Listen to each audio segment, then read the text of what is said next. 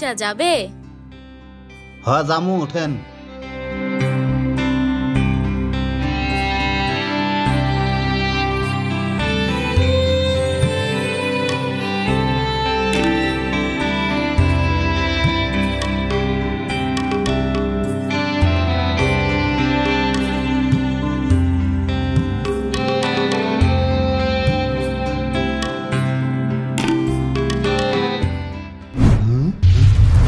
নাউজুবিল্লাহ। এই রিক্সা থেকে নামেন। কেন? আপনি জানেন এটা রমজান মাস? জানি, আর রোজাও তো রাখছি। কেন রিক্সা থেকে নামবো? কি সমস্যা আপনার? সমস্যা আমার না, সমস্যা আপনার। আজব তো। এই মামা, এদিকে তাকিয়ে কথা বলেন। কি সমস্যা আপনার? মাঝ রাস্তায় নিয়ে এসে নামতে বলতেছেন কেন? বললাম তো আমার সমস্যা নাই, সমস্যা আপনাদের। নামেন বলছি। আচ্ছা, আপনি আমাদের উঠাইলেন কেন? যেখানে উঠাইছেন সেখানে রেখে দিয়ে আসেন। আরে আমি এটুকু রাস্তা যে আসলাম, আমার টায়ার পাংচার হয় না, এটাই আমার ভাগ্য।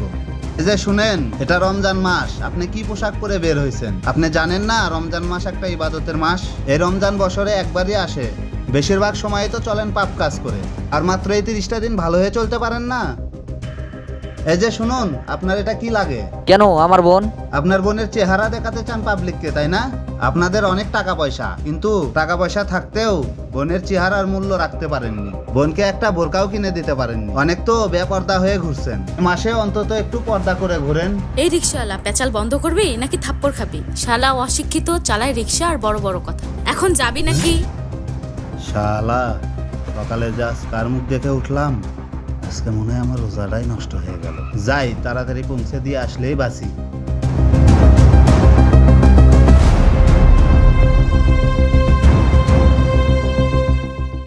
আইসি, এখন নামেন।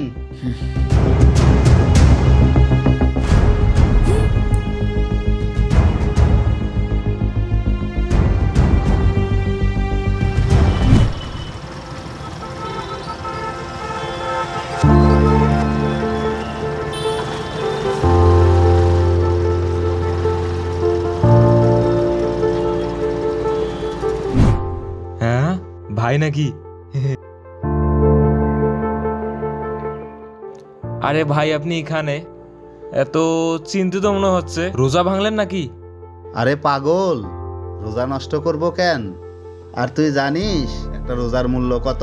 আর শোন, আমরা তো প্রত্যেকটা রিক্সাওয়ালাই রোজা রাখি। এখন বল, একটা রোজাদার ব্যক্তির রিক্সার সিটে যদি বেপর্দা মহিলা ওঠে, আর ওই বেপর্দা মহিলার দিকে তাকালে তো আমাদের গুনাহ হবে, আর ওদের কারণে আমাদের ইমানেরও সমস্যা, আমাদের সমাজেরও সমস্যা। এসব বলতে গেলেও তো আমরা তাদের কাছে উল্টো অপমানিত হয়ে যাচ্ছি।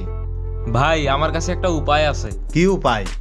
আমাদের রিক্সায় একটা করে পোস্টার টাঙানো থাকবে, আর ওই পোস্টারে লেখা থাকবে বোরকা ছাড়া আমাদের রিক্সায় ওঠা নিষেধ, আর বোরকা পরে আমাদের রিক্সায় উঠলে 50% ভাড়া ডিসকাউন্ট। তাতে কেমন হবে? ও ভালো বুদ্ধি তো। 50% ডিসকাউন্ট। 10 টাকার ভাড়া 5 টাকা, 5 টাকার ভাড়া 2.5 টাকা। তাও চলবে, যেহেতু সামনে ঈদ, অনেক খরচ। আচ্ছা তুই একটা কাজ কর, যা মহল্লার যতগুলো রিক্সা আছে সবগুলো রিক্সার পিছনে পোস্টার লাগাই দে, যা। আচ্ছা ঠিক আছে ভাই। ঠিক আছে, ঠিক আছে।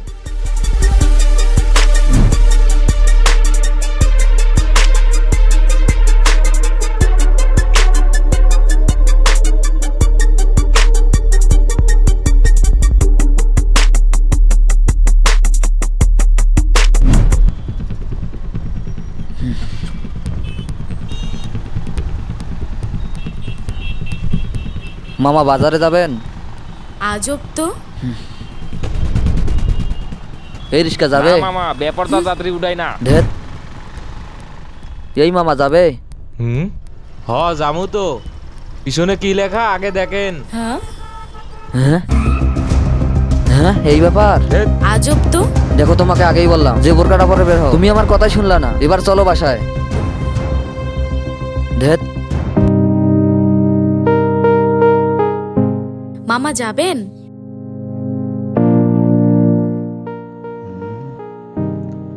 হ্যাঁ জামু, তবে আপনাদের চেনা চেনা লাগছে। কোথায় যেন দেখেছি।